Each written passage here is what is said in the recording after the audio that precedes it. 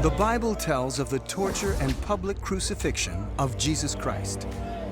And yet some experts question the accounts that many take for granted. Historian has to always sift their sources and say what if this is most likely in view of what we know about Jewish life at that time, about Roman rule at that time, about Passover events at that time. So sometimes historians can be clear and definite, and sometimes we just go for what's most plausible. After the famous Last Supper, during which Jesus predicted his own death, disciple Judas betrayed him to the authorities.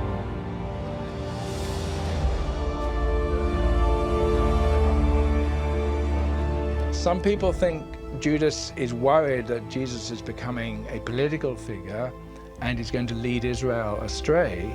And so before things get out of hand, he wants Jesus to be dealt with and to be put down before Jesus creates a huge political disaster for Israel. The infamous kiss of Judas became the universal symbol of betrayal. Some historians believe this part of the story is fabricated. You need details to make your story lively. And this personal encounter, it's not just pointing to Jesus from far away. Say it's the one, the third on the left there. He goes, he meets with Jesus, he touches Jesus in a very touching way, in a very intimate way. That brings drama, more drama to the whole scene.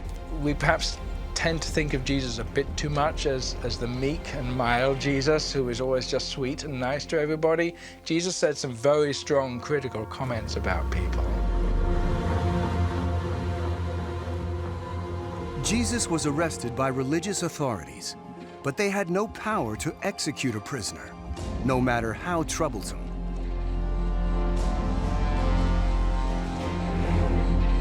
Judea was part of the vast Roman Empire, and Governor Pontius Pilate had the power to decide the life or death of the province's inhabitants.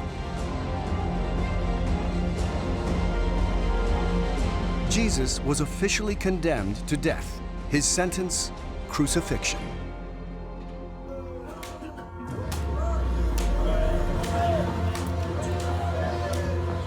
First, he was to undergo a series of cruel punishments.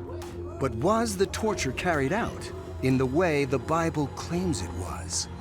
The soldiers and executioners held absolutely nothing back when it came to flogging of prisoners.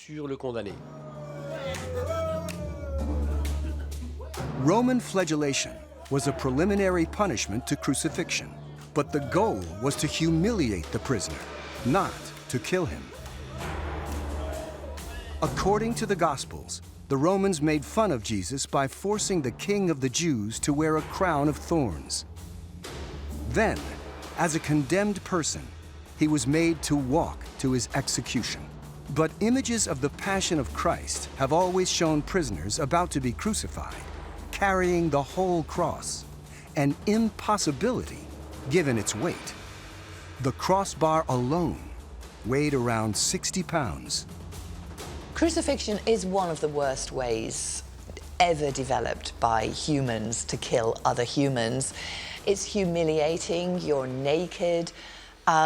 It takes a long time for you to die. And usually there was no burial. You simply stay there until the vultures or the dogs have got rid of your body. The cross is always depicted as very tall, with the condemned high above the landscape. In reality, it was no taller than the height of an average man, confirmed by accounts of stray dogs attacking bodies hanging on the crosses. Within the artistic representation, to put Jesus high up, high above the world, looking down over the world that he saves, there's that sort of symbolic message going on. It's also impossible to know exactly how the body of Jesus was attached to the cross. Historically, it's more likely that he was tied by rope rather than nailed. Even if there were nails, they could not have been driven through the palms of his hands, as portrayed in the majority of images. If a nail had to bear the body's entire weight, skin and ligaments would have torn immediately, and the body would have fallen to the ground within an hour. A crucifixion was designed to last a long time in order to prolong the torture. Every image of Jesus on the cross has him wearing a small loincloth, but this too is likely incorrect. All the accounts point to the fact that people were crucified naked. It was part of the shame inherent in the punishment. So it's almost certain that Jesus would have been naked. The obvious problem was one of having images of a naked man inside places of worship. And despite popular belief, it's not the crucifixion itself that kills. Hanging in a vertical position with arms raised, the muscular system weakens and the body collapses upon itself. The diaphragm is pushed up and squeezes the lungs, so the condemned dies after 1, 2, or even 3 days. Death is caused by gradual asphyxiation. According to the Gospels, Jesus died after only a few hours on the cross. Since it was nearly the Sabbath, his body had to be taken down from the cross quickly. But his corpse was not given the treatment usually reserved for victims of crucifixion. The condemned were deprived of a tomb and simply thrown into a huge communal grave. But in the Gospels, Jesus had a completely different fate. Of course, Christians cannot allow that to happen to Jesus. So they come up with the whole story of the burial. The story gets a new turn. Around 4 p.m., the body was taken down from the cross. The body was placed inside a tomb, and then the stone was pulled across, and silence.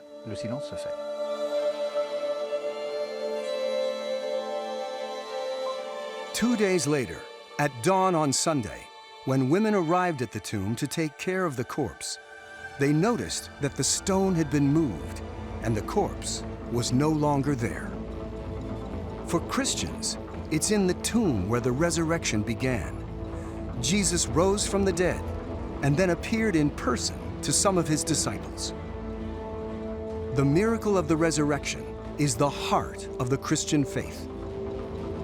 The usual practice during crucifixion was to bring the suffering of convicts to an end by inflicting a final blow.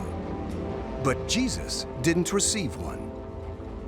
And on the day that he was crucified, the Jews were in a hurry for Jesus and the 2 criminals either side of him to die as quickly as possible. The reason that is given in the Gospels is that Sabbath is coming, and they don't want to have bodies of Jewish victims exposed during Sabbath.